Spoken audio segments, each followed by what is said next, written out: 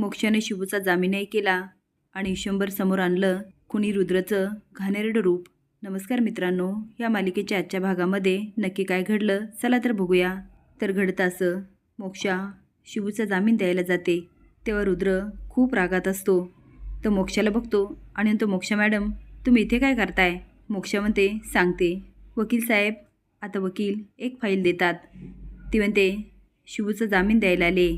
आता रुद्राची अशी काही सटकते, तो सैरभैर होऊन इकडे तिकडे फिरायला लागतो. मोक्षा म्हणते, काय झालं रुद्र सर, सही करताय ना? रुद्र म्हणतो, मोक्षा मॅडम तुम्ही असं कसं करू शकता? अहो त्या शुभंकरने तुमच्या बहिणीचं आयुष्य बर्बाद केलं आणि तुम्ही त्याला जामीन देताय? मोक्षा म्हणते, हो कारण मी शुभूला चांगलीच ओळखते. ज्या अर्थी शुभूने असं काही केलं त्यामागे नक्कीच काहीतरी कारण असणार. आत्तापर्यंत त्याने आमच्यासाठी सगळ्यात चांगल्याच गोष्टी केल्या. आणि मला सांगा रुद्र सर, ही पल्लवी कोण होती? आता रुद्राच्या चेहऱ्यावरचे रंगच उडतात. मोक्षा म्हणते, अजून काही चौकशी करू नये असं वाटत असेल तर ह्यावर सही करा.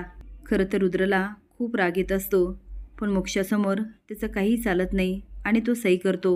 इकडे श्रावणी खूप रडत असते आणि म्हणते, शुभू का केलंस तू असं? माझा तुझ्यावर खूप विश्वास होता. माझ्या विश्वासाला तू खूप मोठा तडा दिला. मी तुला कधीच माफ करणार नाही, कधीच नाही. आता श्रावणी खूप रागात असते. मोक्षा जामीन तर देते, पण रुद्र घरी येतो. त्या विश्वंभर म्हणतो, मोक्षा तू असं का केलंस? माझा विश्वास तोडलास. त्या शुभूला जामीन देऊन तू खूप मोठी चूक केलीस. हे सगळं करायची तुझी हिंमत कशी झाली? अलकनंदा म्हणते, मोक्षा तुला काय गरज होती? तू बघितलं नाही का त्या शुभूने काय केलं ते? आणि काय काय अपर्णा, तुला विचारलं होतं ना मोक्षा कुठे गेली? तू काय म्हणाली? ती एअरपोर्टवर गेली. आता अपर्णा काहीच बोलत नाही. मोक्षा म्हणते, आई प्लीज मामीला काहीही बोलू नको, मीच तिला सांगितलं होतं. विश्वंभर म्हणतो, मोक्षा हे करायच्या आधी तू 10 वेळा विचार करायला होता. रुद्र म्हणतो, सर मी मोक्षा मॅडमला सारखं सांगत होतो असं काही करू नका, पण ते ऐकायलाच तयार नव्हत्या. मोक्ष म्हणते, मामा शुभूने जे केलं, जो मार्ग पकडला तो चुकीचा होता, ते मान्य आहे मला. पण तो ज्या पल्लवीबद्दल क्रांतीबद्दल ओरडून सांगत होता त्याची शहानिशा न करता आपण रुद्र सरांवर आंधळा विश्वास कसा ठेवू शकतो? आता रुद्र घाबरून विश्वंभरकडे बघायला लागतो. विश्वंभर विचारात पडलेला असतो. मोक्ष म्हणते, मामा तूच विचार कर ना. आत्तापर्यंत शुभूने आपली मदतच केली आणि तुला आठवतं ना, आज मी सुखाचा संसार करते ते फक्त शुभूमुळे. अलकनंदा म्हणते, मोक्षा शांत बस. मामासमोर वर तोंड करून काय बोलतेस? हे सगळं श्रावणी ऐकत असते आणि खरं तर शुभू काय आहे हे तिलाही माहीत असतं.